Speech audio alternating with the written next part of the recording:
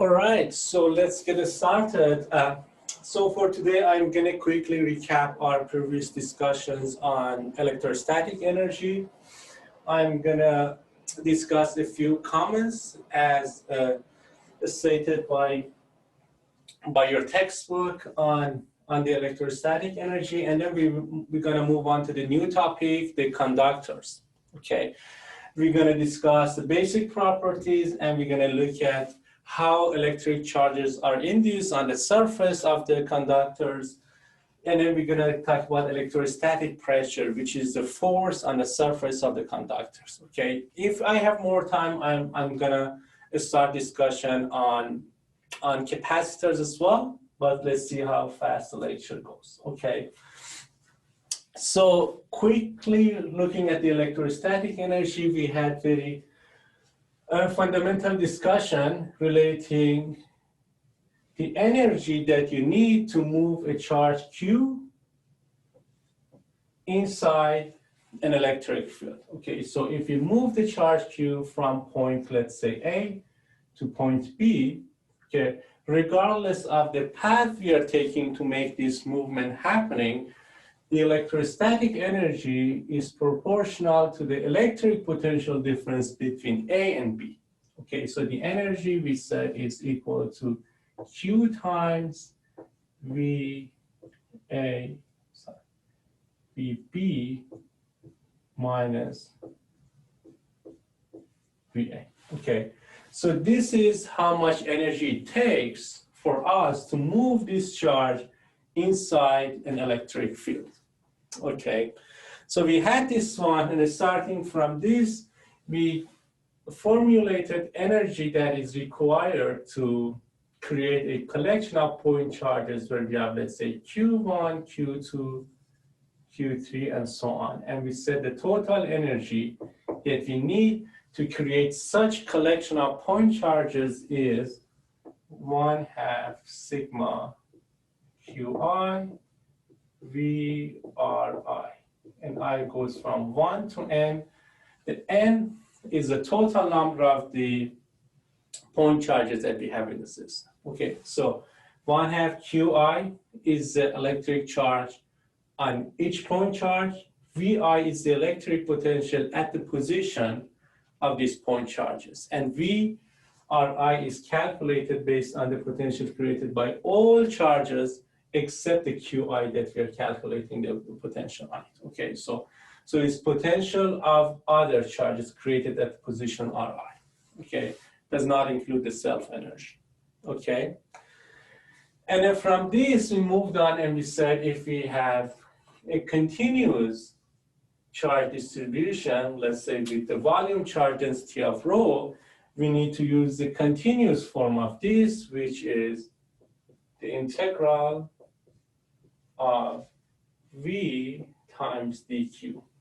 Okay, and this integral runs at least over the whole volume that we have the charges. We have the electric charges. Okay, if we have only volume charge density, we can write that in the format of 1/2 sigma rho, which is volume charge density times V, which is electric potential times d tau, and that is infinitesimal volume. It's a volume element, d tau. Okay, so far so good? Is it clear here, everything? This is very quick recap of what we discussed last 2 sessions.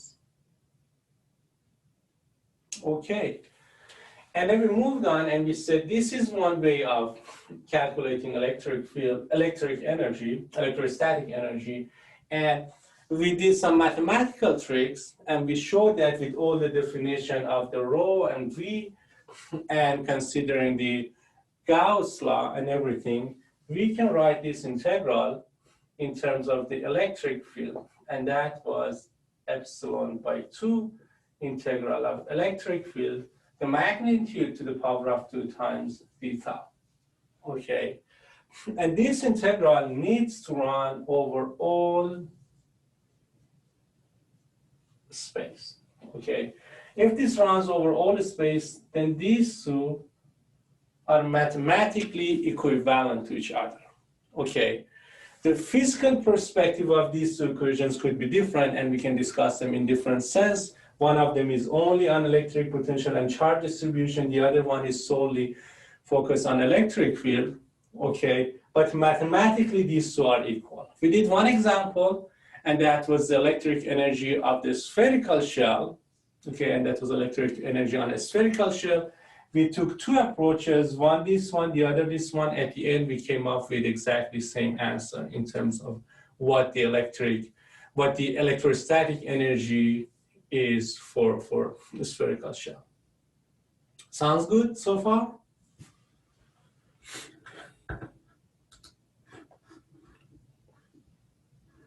Is the first one line charge distribution?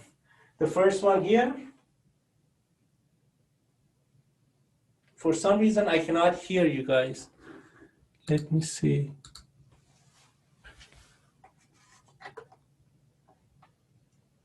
Can someone say something? Can you hear us?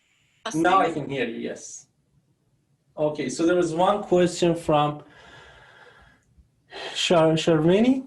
Okay, and the question is the first one line charge distribution? I think the question is about this one. This is pretty general. dq could be line charge distribution, could be surface charge distribution, or volume charge distribution. Okay, so this is pretty general, okay? And if you remember the definition for dq, if this is on a line, this was like lambda dl. If this was on a surface, it was sigma dA, surface element. And if this was volume, it was rho theta. Okay, so depending on what you have, line, surface, or volume, you're going to use one of these in this integral.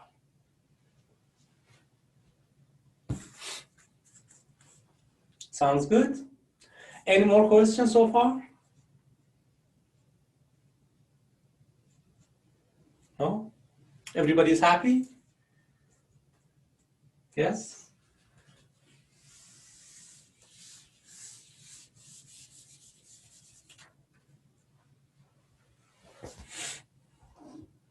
All right, so this is a fundamental equations for calculating electrostatic energy. And then we discussed one thing that was a seeming paradox on the electrostatic energy, whether that's always positive or it can be negative as well. Okay, so we started this discussion last time.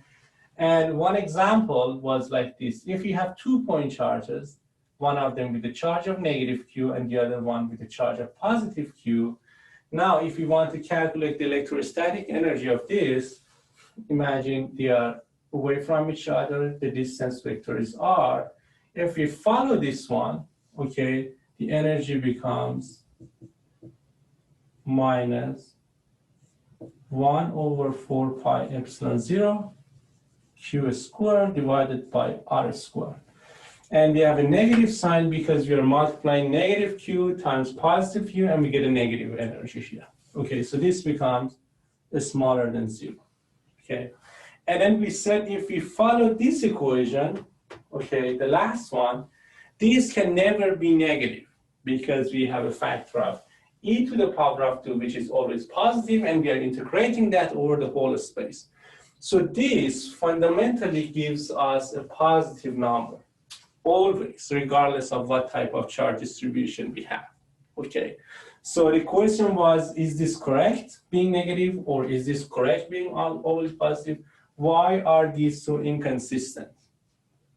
Okay, so anyone remembers what was the answer for this question?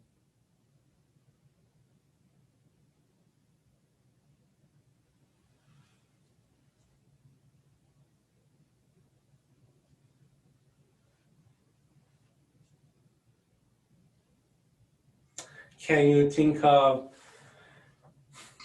what is the positive energy? Was it in like relating to other things, right? Like it would be It negative. was related to how we define a point charge, right? So now if you think of point charge as one single sphere which has a radius, but that is a small radius, okay? How would you be calculating the self-energy of a point charge?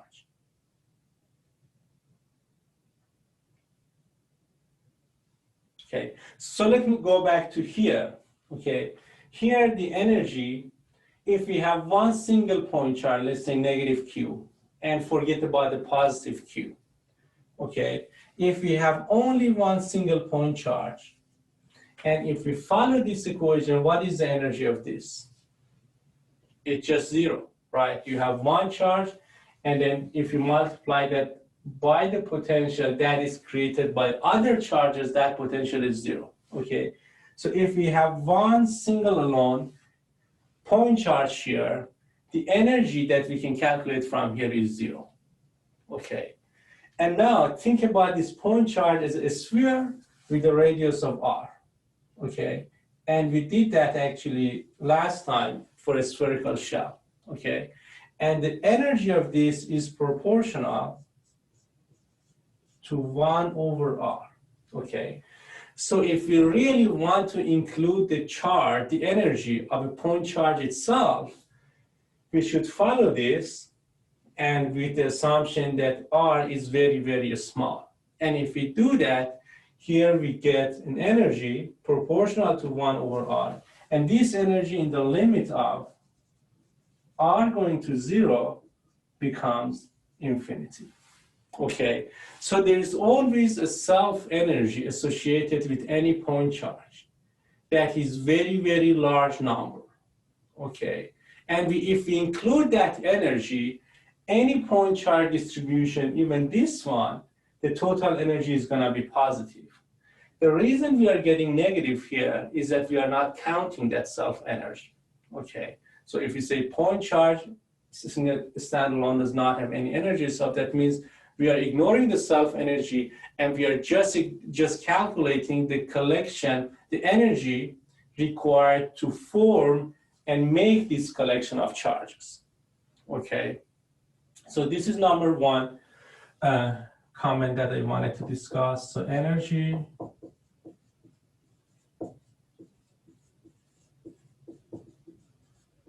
negative or positive. Okay, so it can be negative if we ignore the self-energy. Otherwise, it's going to be always a positive energy. Okay. So the other thing I wanted to discuss was, where is the energy stored?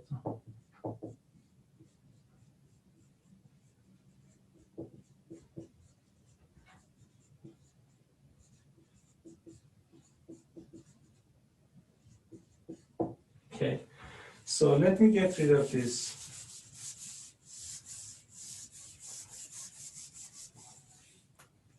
Okay. So I said we had two ways to compute the electrostatic energy, right? And we showed that mathematically these two are the same. The first one is an integral of the charge times potential.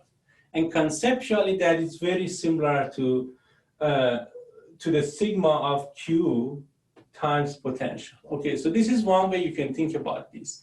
You have a collection of charges. It takes energy to put any single small charges, bring every single part to the system, and you're calculating how much energy is associated with every single electric charge. Okay, now if you look at the second one, this integrates over the electric field. Okay, electric field is not confined to where we have the electric charges. It just created and expands and propagates in this space all the way to infinity. Of course, the strength becomes super small if you go far away, but this really expands over the surface, okay? So we showed that these two are the same, but now the question is, like, from the physics perspective, where is this energy stored, okay? Because that's important. Whenever we talk about energy, that energy is stored somewhere, okay? If you compress a spring, energy is stored in the spring. If you have all sort of other energy, there should be something that really stores that energy, okay? So this question is important. It's at this stage, it's hard for us to come up with a conclusive answer, okay? But later on, especially in the second part of the course where we discuss the electromagnetic waves, okay, we will see that you can create the electric field, okay, and if you have oscillating electric field, that will be combined with a magnetic field, and what happens is that very similar to a wave on a lake, the electromagnetic wave just moves on, okay, and we can find the energy of the electromagnetic wave, and you can see that even if the electromagnetic wave, let's say, hypothetically created by some charges in my hand, as they move, okay, as they move, they also convey some energy and on the path, okay. And if you look at that part, okay, there's no electrostatic or electric charge moving. It's only the field that is moving. There's electric field moving and there's magnetic field moving. They can move in the vacuum, okay? They can move in a space that there's absolutely nothing, but electric and magnetic field can move. And those fields actually carry energy, okay? So eventually you will see that the energy is in fact stored in electrostatic fields and not only on wherever we have the electric charges, okay? And there was one more comment that I wanted to discuss was superposition principle.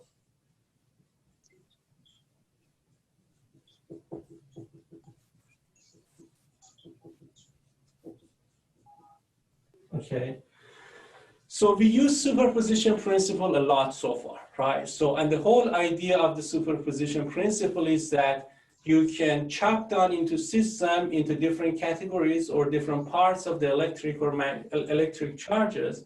And by that, you can calculate force, by that you can calculate electric field, and then you can add up everything, okay? So hypothetically, if you have certain charge distribution, I'm gonna call it Q1, that Q1 can create electric field of E1.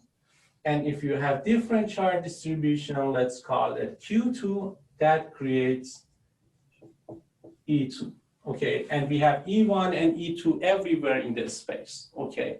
So at any position, for example, if you want to calculate the total electric field, we go E total is E1 plus E2.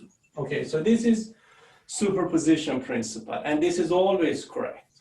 Okay, and we said that if this is correct for electric field, this has to be correct for electric potential as well. So V, whatever way we define it, in terms of the reference, we can always add up electric potential created by this set of charges and add that to the electric potential created by the second set of charges, and for any position, any location in the space, you can just add them up, okay? You gotta be a bit careful that the first one for electric field, this is like adding vectors, okay? So you need to be careful about the components, but for electric potential, it becomes easy because it's just adding to a scalars, okay? You don't even need to be concerned about the components and directions and things like that, okay? So far, so good? So in electrostatics and also in magnetostatics, we are somehow used to use superposition principle because most of the time it's correct, okay? And that makes things a lot easier. Okay, now coming back to energy, okay? The question is superposition correct? Can we say that the total energy, electrostatic energy created by Q1 and Q2 is equal to W1 plus W2, meaning that this is energy, electrostatic energy of the first set of charges plus electrostatic energy of the second set of charges. Is this correct? And that's what we're gonna look at. So I put a big question mark here because we don't know if the superposition works for electrostatic energy or not, okay? So let's now discuss that. How would you go about verifying this?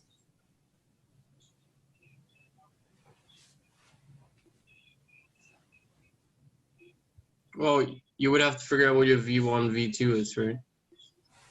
You have to kind of write what is W1 and what is W2, okay? And what is the W total? Okay, so I'm gonna follow this one, this equation. Okay, and I'm gonna follow the fact that superposition principle works for electrostatic field. Okay, and E total is E1 plus E2. Okay, so if I want to write W total, okay, so I'm gonna do that here. W total should be epsilon by 2 integral of E total to the power of 2 d tau, and of course this runs over all the space. And this is a good thing because the limit is the same for Q1 or Q2, it just covers the whole space. Okay, so we don't need to worry much about the limit of integral, but we do need to worry about the integrants. Okay, so what is E total to the power of 2? Let's follow this. This is the magnitude to the power of 2. So E total to the power of 2 is E1 plus E2, where they are added like vectors to the power of 2. Okay, and that will have 3 components. The first one is E1 to the power of 2.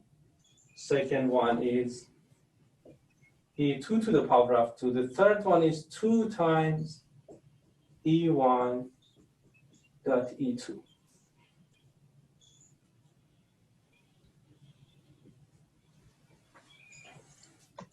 Looks good?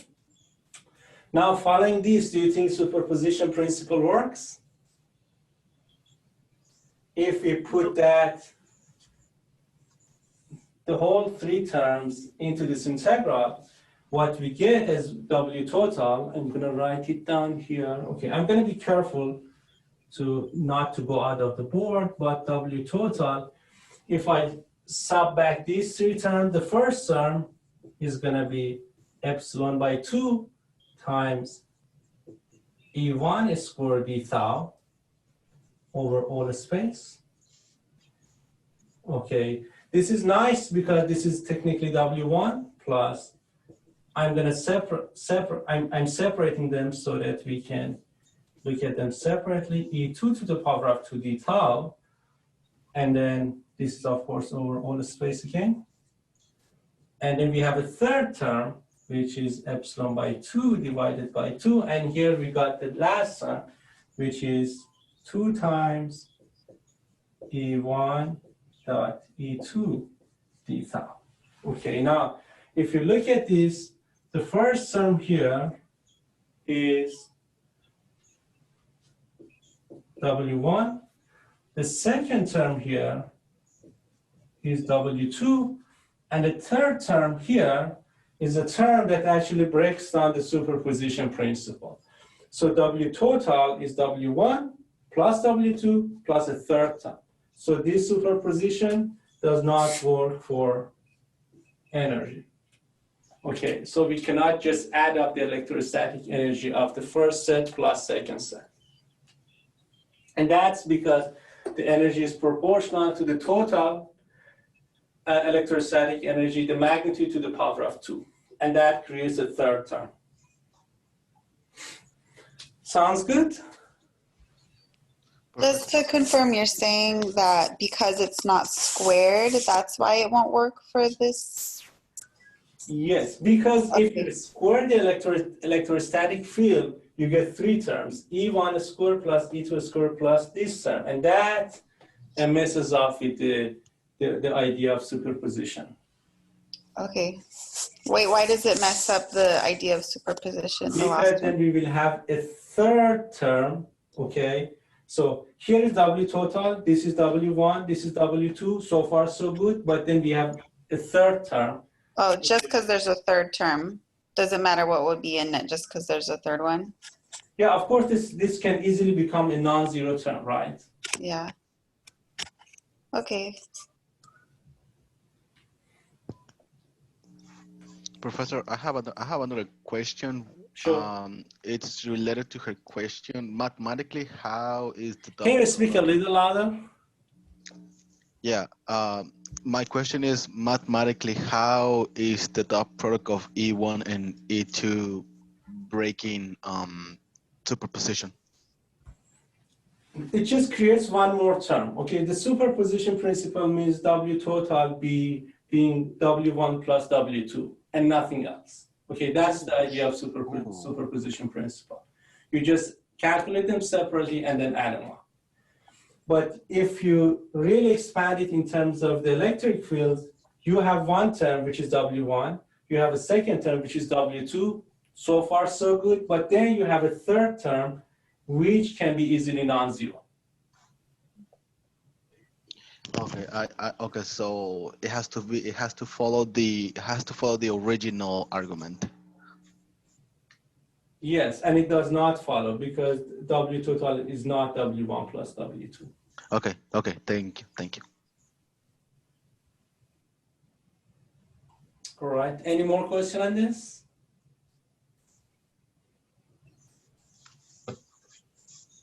Okay. Is this clear more or less? Yeah. Okay, good.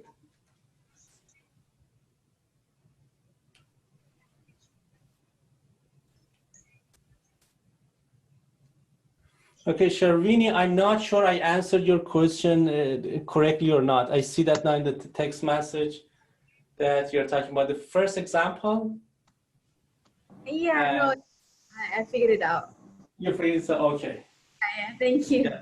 So the monitor is far away from me. The chat messages, sometimes I don't get them. That's okay, I figured it out. Thank you so much. Feel free to interrupt me. I like that, okay?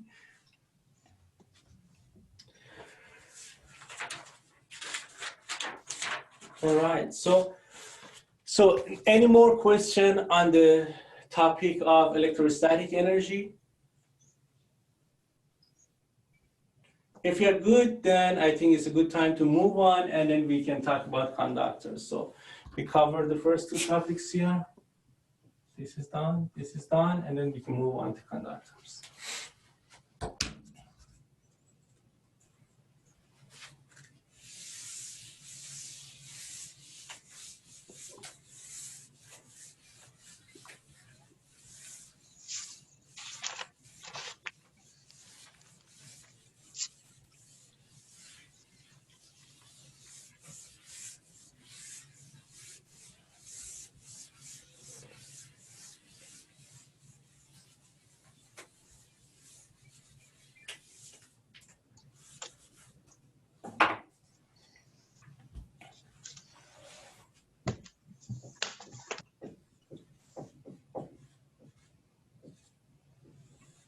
Okay, so let's first have a bit of conceptual discussion. Okay, so let's start from a simple question.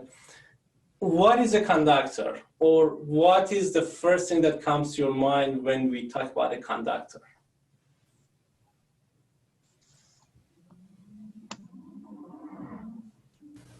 Like whether charges can move. Free flow of electrons, and that's correct. Okay, that's for me, that's a little too scientific. When I think about the conductor, it's something that conducts electric current. Okay, if you say conductor, the first thing that comes to my mind is a wire, electric wire, because it transfers electricity from one point to another. Okay, and kind of material, what kind of materials are usually conductors? Metals, right? Okay, so this is the first thing that comes to my mind, a very I would say macroscopic view of what a conductor is. Okay, so now if you look at conductors in more microscopic way, okay, that kind of explains why the plastic, the marker in my hand is not a conductor, and a wire is a conductor. Okay, and that is related to the free electron. Okay, so what is free electrons really? Why the marker does not have a free electrons?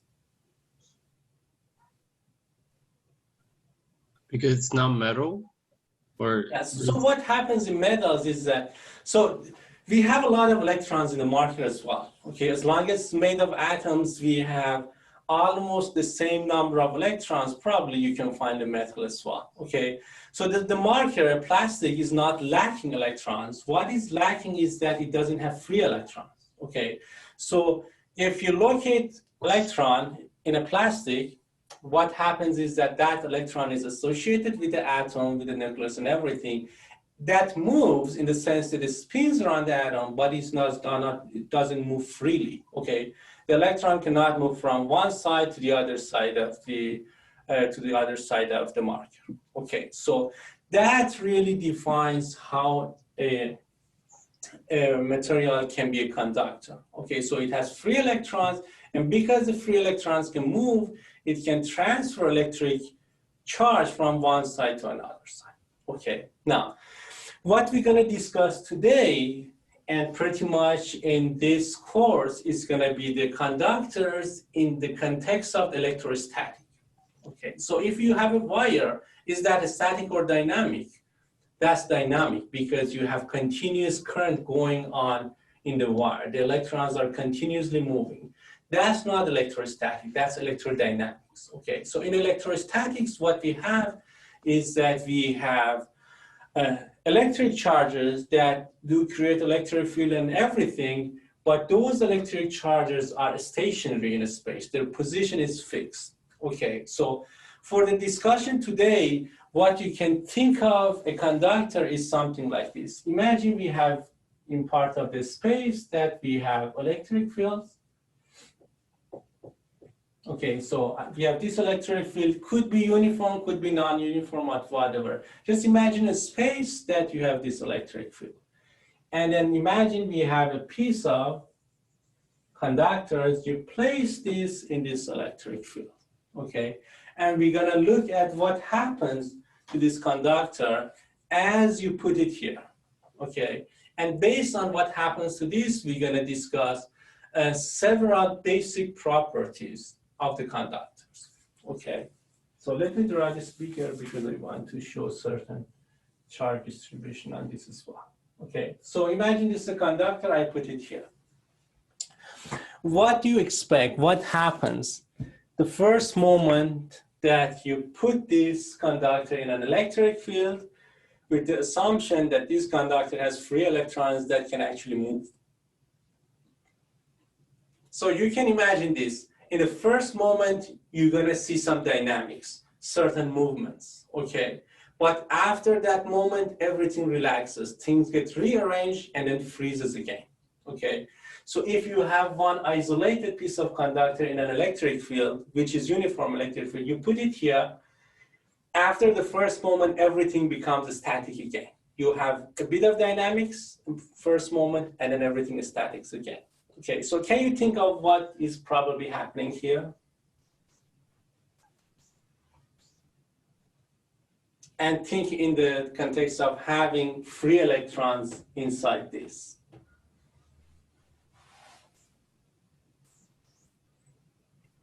So you put it here, electric field is gonna put some force, exert some force on the free electrons, right? Isn't it gonna put them to the one side or something? Exactly. So it's gonna push them to one side, okay? So if it's an electric field moving this way, and if you have negative charges, free electrons, here and there, what happens is that this electric field puts some force on it because these are negative charges, it pulls electron this way, okay? So momentarily, you're gonna have some current in the system, all the electrons moving this way, okay? So what is the total charge of the whole conductor piece here, if you add all the positive and negative charges? 0. It's right? 0, right? It has free electrons, but it's 0, okay? The total charge, if you add up everything, is gonna be 0, okay? So after the first moment that you have that dynamics of electrons rearranging their positions, what we will have next is that we have some charges here pushed all the way to the surface on one side, okay?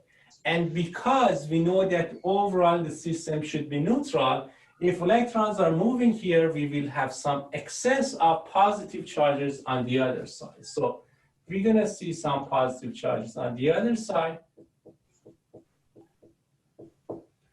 the conductor is somehow polarized now. Negative charge is coming this way, positive charge is going to other way, okay? But overall, if you add up all the negative charges and positive charges, you're gonna get something neutral. Sounds good? Beautiful? Okay. So now the question is, if it happens, we have this rearrangement, and at the end, everything freezes in the sense that everything gets a position in the final position, okay? What do you expect from the electric field inside the conductor? It's going to be 0. Eventually, it's going to be 0, okay? So if you have any electric field here, okay, that's going to move certain charges. And it's going to move so many of the negative charges to this side, so much of the positive charges to the other side.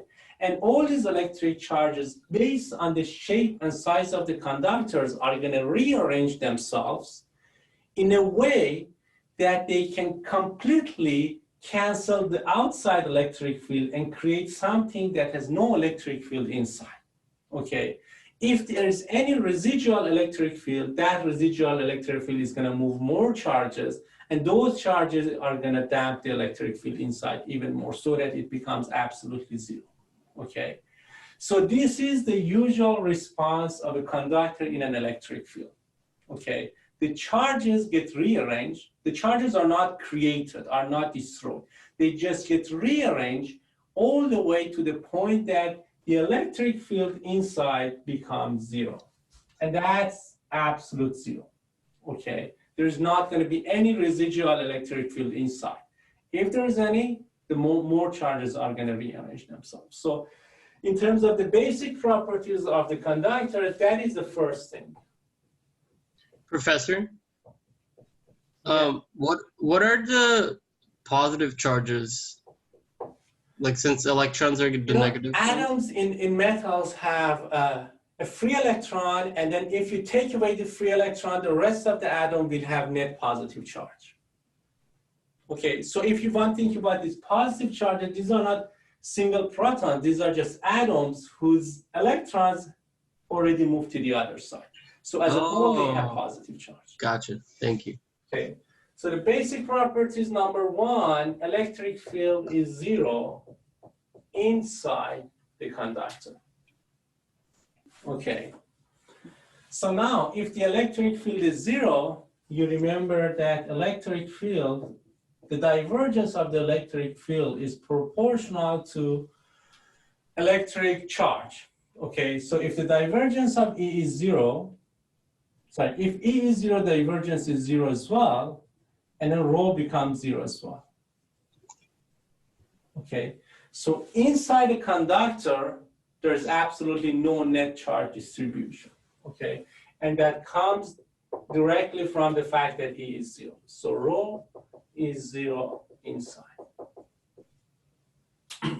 Okay, so within a conductor, no electric field, no net charge distribution.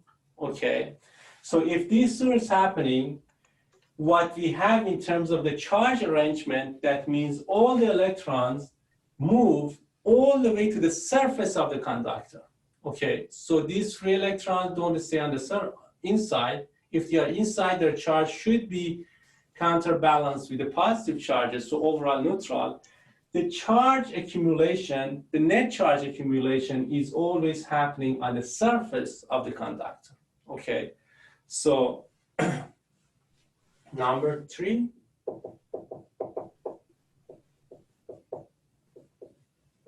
Net charges only on the surface.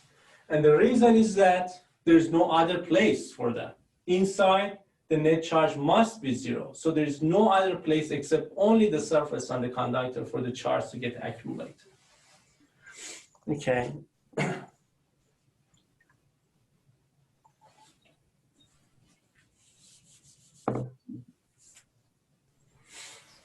Any questions so far? And now let's look at the electrostatic potential. Let's imagine I measure the potential at this point. I'm gonna call it A, and I'm gonna look at VA, okay?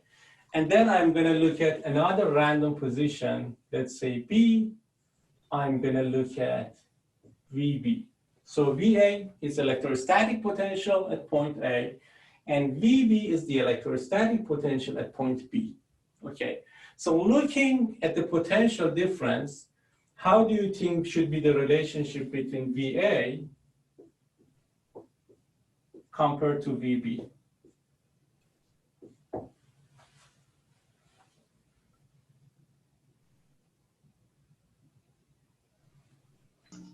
It should be BV minus VA.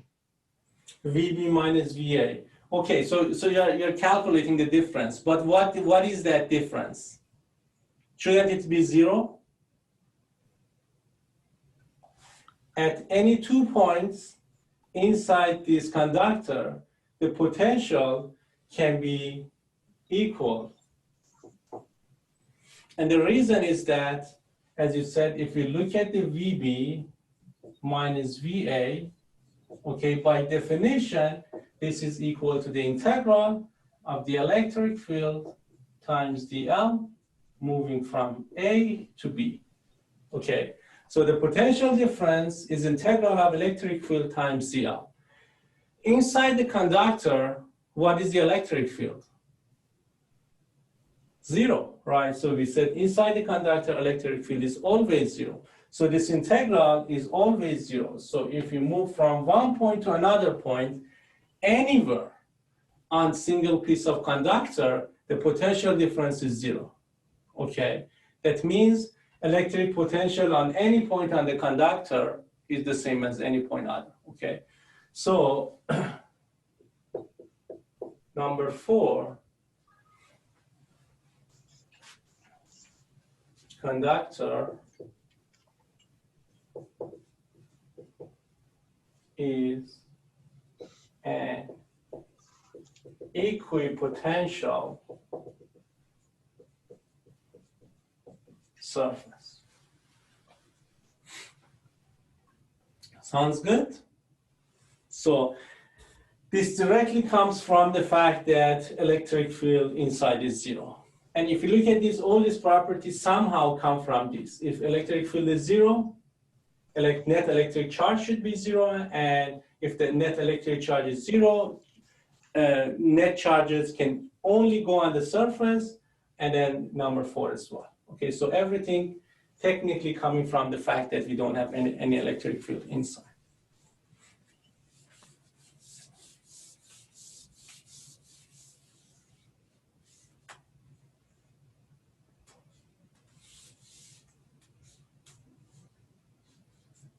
Okay, so now the next thing is, now that we know there is no electric field inside, we can look at the electric field outside, okay?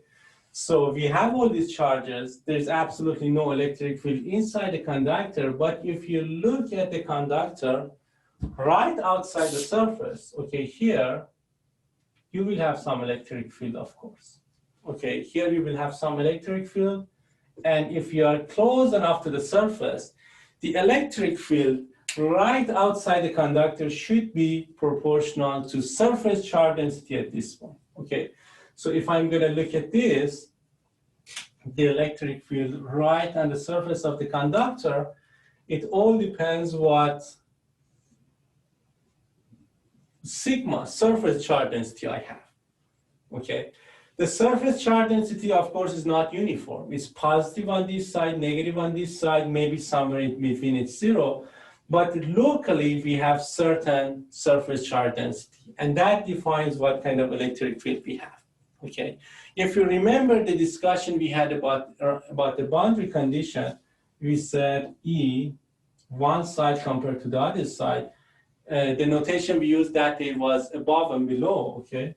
So E above minus E below, we said this is proportional to sigma over epsilon 0 times n hat. Okay, so we have this sort of discontinuity of the electric field. Now, if you look at the surface of a conductor, inside we don't have anything, right?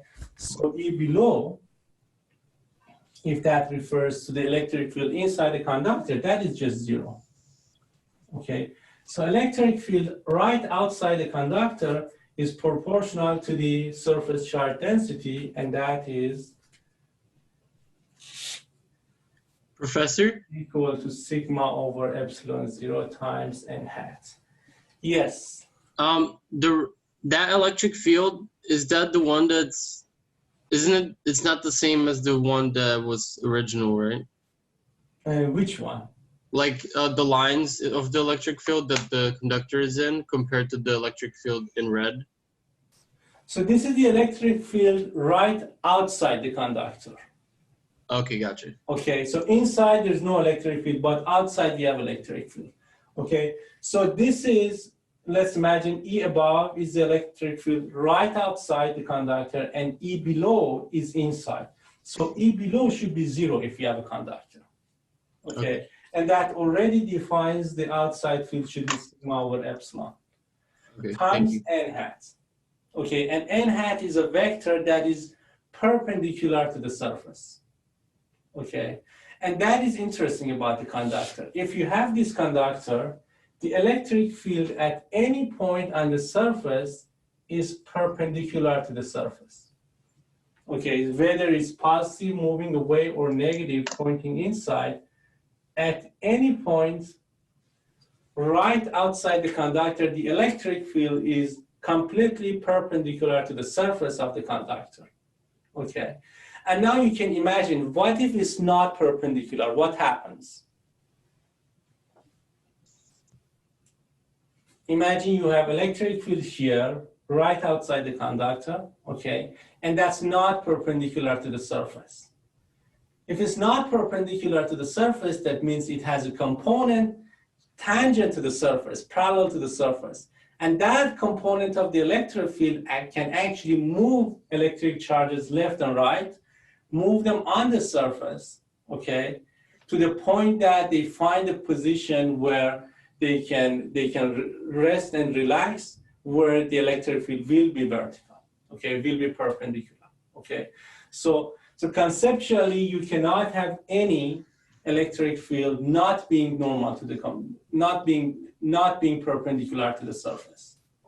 Otherwise, charges will move on the surface, and we don't see that in electrostatic case. Sounds good? Yep. Any questions so far?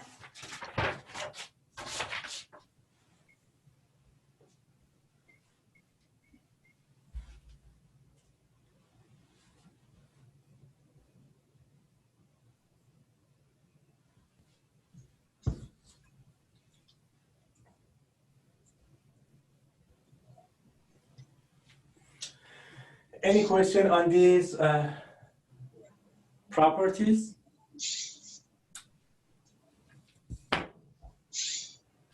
So number 5 is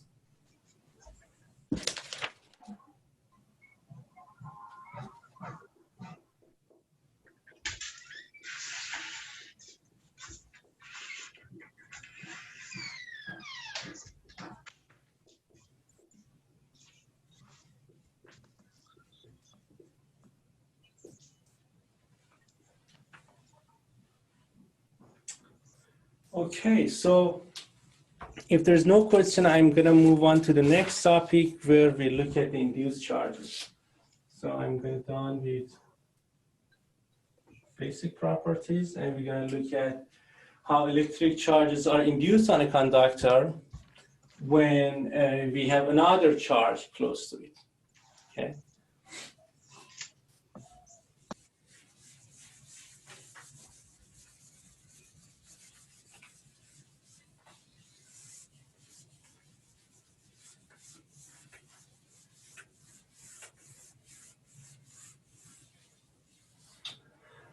So the discussions we have for the rest of the class today is mostly conceptual, Okay, and if it's not clear, keep asking question. Okay, so because that way we can have interactive discussion and make everything more clear. Okay, so I'm going to look at induced charges.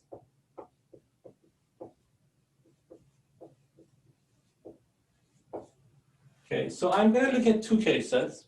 Okay, the first one, you can, I guess, easily imagine what's happening based on the discussions we have so far.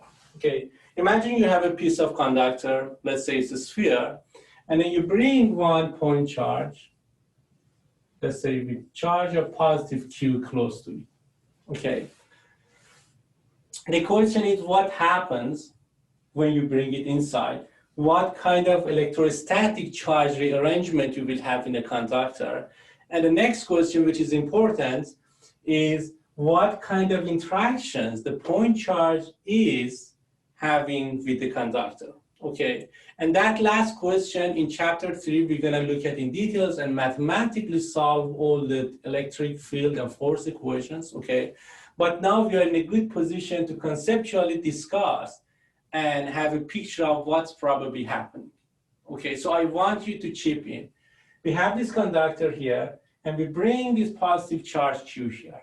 Okay, so what happens next? Some of the charges go more to the left, right? Yeah, so this creates electric field. That electric field interacts with free electrons here. Okay, so as long as this is positive, it's pulling some free electrons to the surface on this side. Okay, so and once the free electrons come to this side, what do you expect to happen on the other side? Positive. We will have excess amount of positive charges residing on the other side. Okay, so what's happening inside? As usual, with the conductors all the time, electric field is going to be 0. Again, we are talking about electrostatics. We are not talking about the case that we have continuous flow of charges. In that case, of course, you have electric field, and on top of electric field, you have magnetic field as well. That we will discuss in next course, next semesters. It's, I think, on chapter 6 of the course. Okay, so for now, as long as we are in electrostatic regime, the electric field inside is 0. Okay, so we have charge Q, negative and positive. Can you guess what kind of interaction and force is between these two?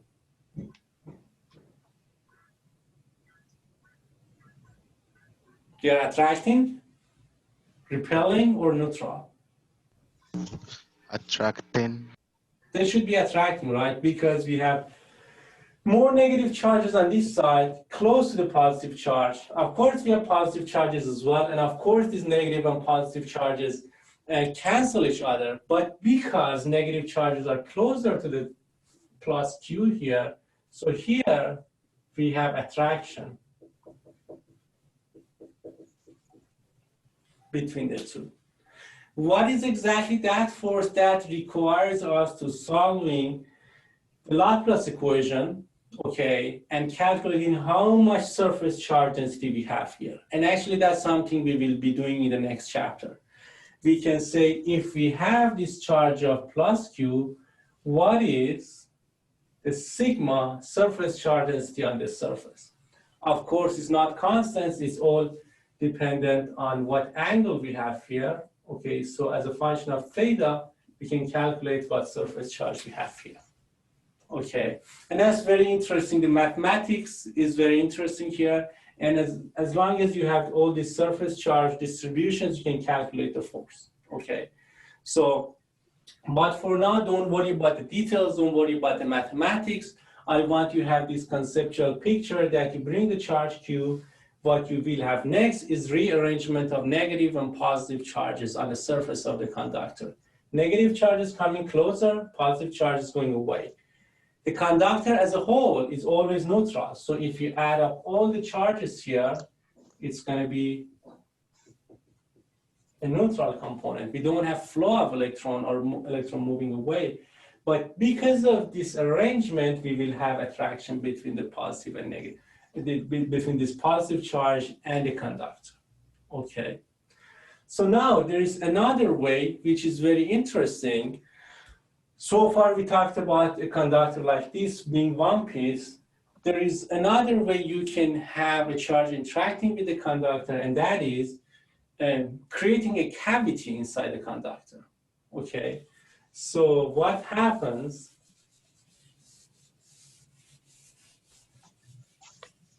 if you have, let's say, random shaped conductor and you create a cavity inside it? Okay, so technically the conductor we have is everywhere, and then we have empty space in the middle. Okay.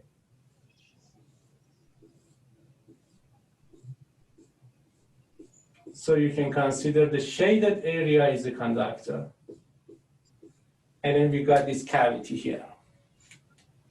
Okay, now let's imagine I put a charge Q here. Let's say it has positive charge. Doesn't really matter, but for the sake of conversation, let's imagine this is positive charge. Okay, so what do you expect happening here?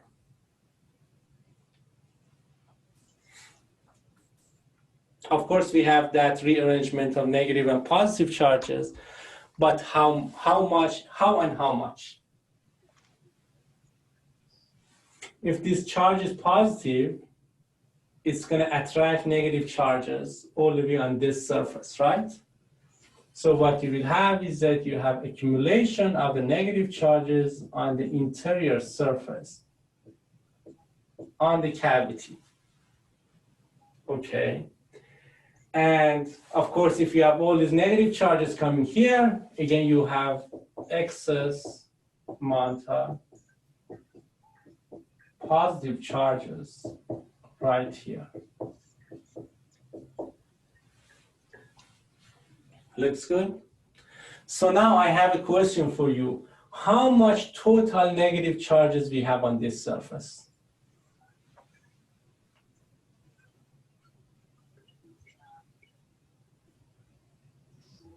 And in fact, we can calculate already without doing much mathematics.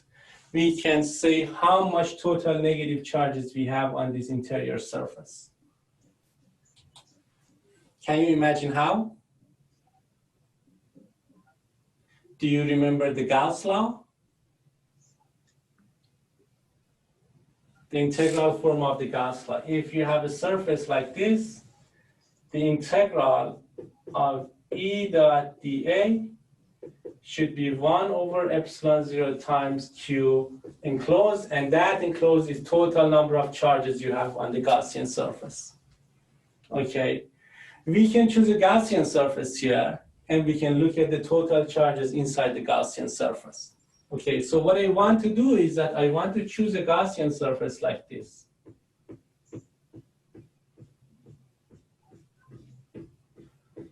A Gaussian surface that sits completely inside the conductor. Okay, so this is a Gaussian surface.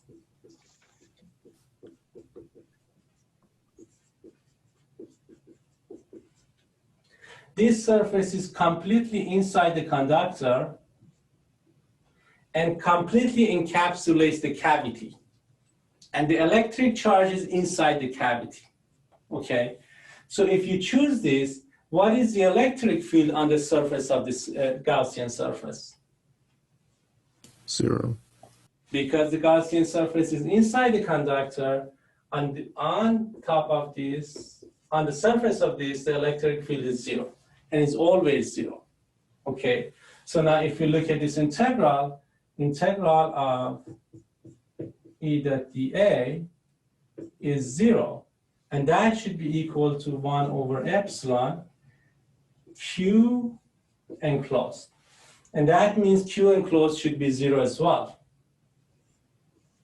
Okay, so what kind of charges we have here?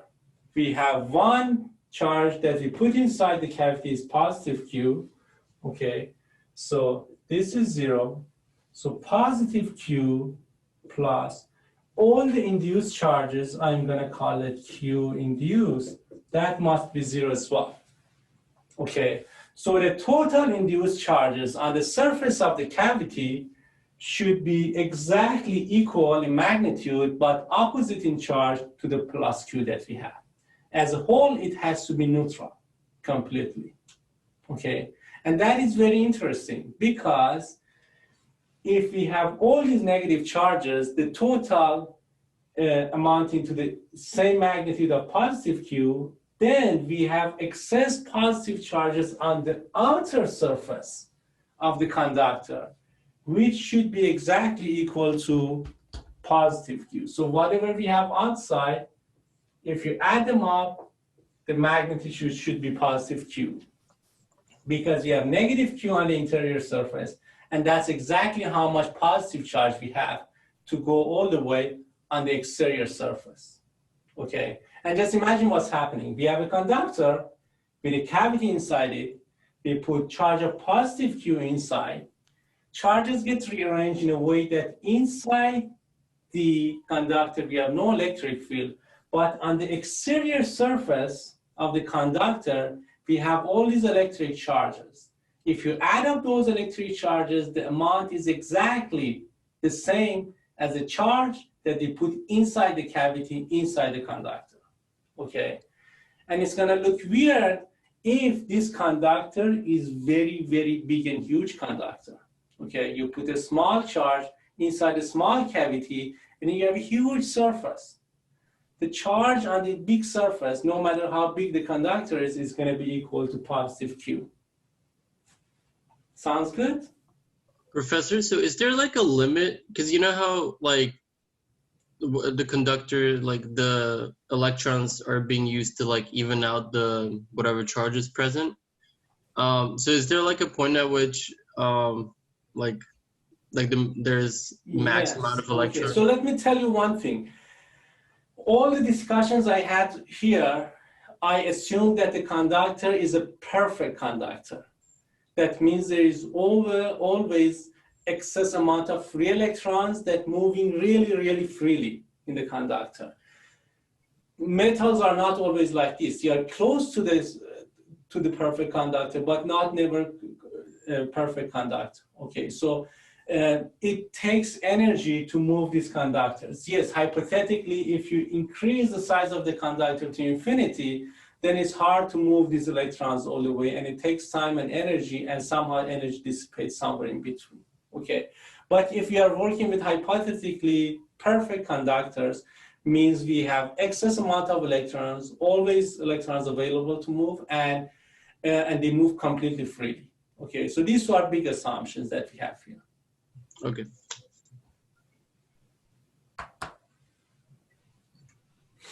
Good. Any more questions?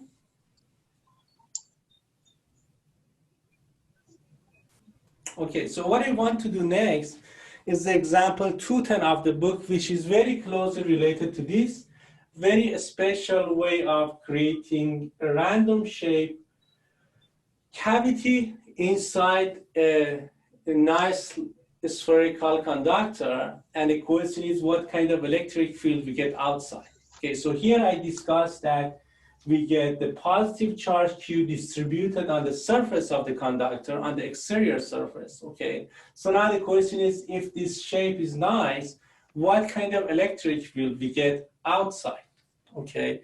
And again, that's very conceptual kind of discussion, and we don't do much mathematics, okay? And by the way, that's beautiful, okay? That's a beautiful example. Let's look into that.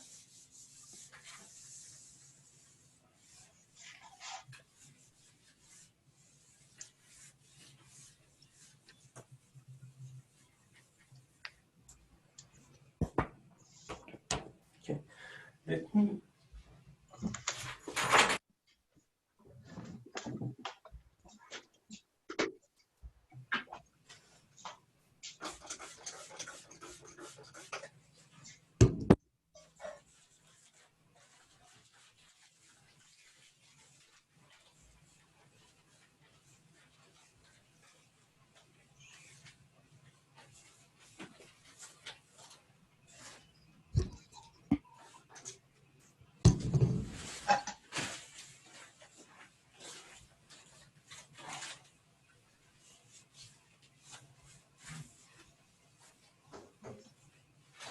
Okay, it looks a lot better now.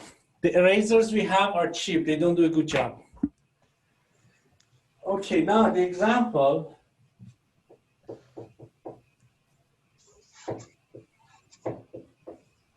Tutor from the textbook.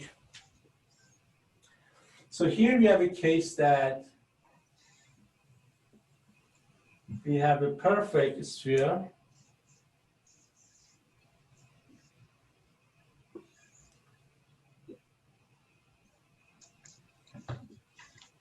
Okay, so we have this perfect sphere. What we do is that we create a random shaped cavity inside the sphere. Okay, and we put a charge Q inside the cavity. Okay, and the question is, what is the electric field at position R here outside the sphere? And we are measuring R with respect to the origin being the center of the sphere. Okay, so my first question, do you think the electric field here is dependent on the shape of the cavity or not? Yes. That's the first thing that comes to mind, right? It has to be somehow dependent on this, but you will see, very surprisingly, it will not be dependent on the shape of the cavity. Not the shape, not the size, okay? The electric field will be dependent on how big the charge Q is, but not really on the shape of the cavity, okay? So I'm going to discuss how come on Earth we can have such organization, and at the end we're going to get electric field completely independent of the cavity, okay?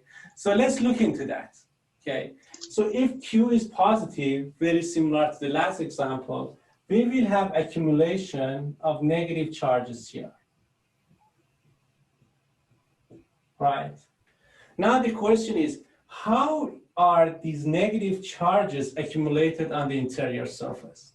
We know that the total amount of the charges should be exactly negative Q, canceling the charge inside the cavity. But really, how are these arranged here? What is the limitation and what do they do?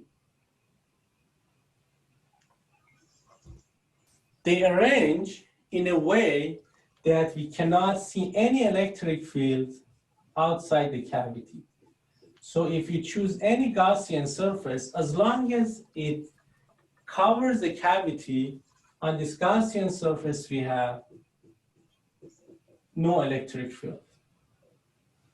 Okay, and now imagine you choose a Gaussian surface not close to the cavity, but very, very close to the surface of the sphere. So I go all the way inside here. Okay, so on this surface, there's no electric field, okay? And electric field is zero regardless of the shape of the cavity. So whatever shape the cavity you have, at the end on the surface, just below the surface, you have no electric field, okay? So if you are an electric charge sitting on the surface of this sphere, you have no idea whether you have a cavity or not, or what shape the cavity is. What's happening here, the only thing is that we have excess positive charges, okay? We have these residual positive charges that needs to sit on the surface. And the way eventually they can be rearranged on the surface is through the possible electric field they may feel, either from inside or from outside, okay? So from inside, they don't feel any pressure. They don't see any electric field, okay? From outside, there's no electric field as well. So all the positive Q charges, okay, that are distributed on the surface, they just get very uniformly distributed. Again, regardless of the shape of the cavity inside, okay? And if you have uniform positive Q distributed on the surface, that's exactly like electric field created by a spherical shell, okay? And that we already saw that that's very close and similar to electric field created by a point charge, okay? So regardless of the shape of cavity, this electric field is gonna be equal to 1/4 pi epsilon 0 Q divided by R squared times R hat. This Q is the surface charge, the total surface charge we have on the spherical, on the sphere, okay? And that has to be equal to the electric charge that they put inside this sphere, okay? So regardless of the position of this Q, regardless of the shape and size of the cavity, we get this electric field outside as if we have one single point charge sitting at the center of the sphere. Does it make sense? It's very surprising that this happens, okay? It becomes very, very simple answer for a system that is actually looking complicated. But that's what happens. And everything is because we don't have electric field inside the conductor, and that somehow breaks any link between the shape and everything inside to the surface, okay? The only link is the total amount of positive charges that we have in the conductor that need to go on the surface. And they get distributed uniformly on the surface because they don't have any pressure either from inside or outside. Are you surprised? Yeah. You should be, yeah. I mean, when I was first looking at this, when I was at your age, I was like, really? And I tried to find a way to say, no, this shouldn't be correct, but I couldn't find any way. Okay, so I want you to do that as well. I want you to try to discuss in different ways why it should not work as simple as this, okay? How come, I know we've talked about point charges, like the spheres and stuff, but like why doesn't it matter, like since, you know, from the equation it's pretty much like a point, but it's actually a sphere, so like as the... So are you asking about the difference between having a sphere or shell with charges on the surface, calculating electric field here, this one compared to the case that we have Q here and then calculating electric field? Are you talking about the difference between these two? Yeah, how come they're like equivalent to the situation? Okay, so this, I want to refer you back to the Gauss law. When we look at this, when we calculated electric field here and we look at the integral of the electric field and we said that has to be proportional to total charges inside the sphere, the Gaussian sphere, okay? And that eventually becomes very similar to this. Okay, so even if we're apply close to Gauss law for this spherical shell, outside the shell, you will see equation eventually become exactly similar to the case that we have one single point charge at the center here. Even if you're close by the sphere? Even if you're close by the sphere. If you go inside the sphere, that's a whole different situation. Electric field becomes zero. But if you're outside, as long as you have a spherical symmetry, and as long as you have these electric charges distributed uniformly on the surface, then yes, that happens. Okay. Thank you. Cool. So we are out of time. Any more question here? Yeah, I do. I just want to make sure that I understood what's going on. Of course. Because of the nature of the charge, since it's positive, it's bringing all the negative charges right on the surface of the cavity, but it's leaving, yes. but it's leaving the positive charges. It's leading the positive charges to the surface, which creates in itself an electric field that can actually be measured and calculated. Yes, that's exactly. Wow. Yeah. Okay, any more question?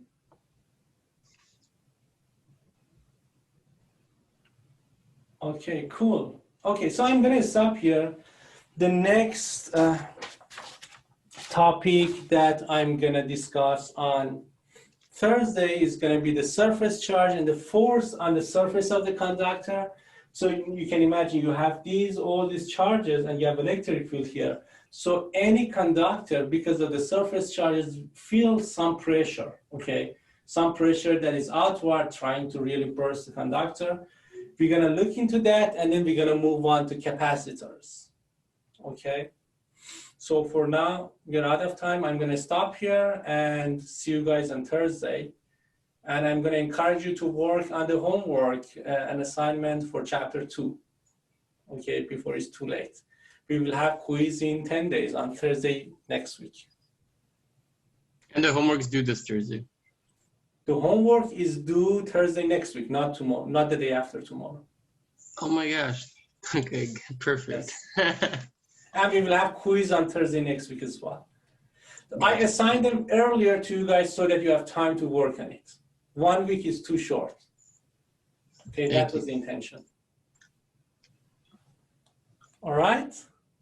Okay, you guys enjoy your day and see you on Thursday morning. Thank you, Professor. Thank you, Professor. Bye. Have a good day.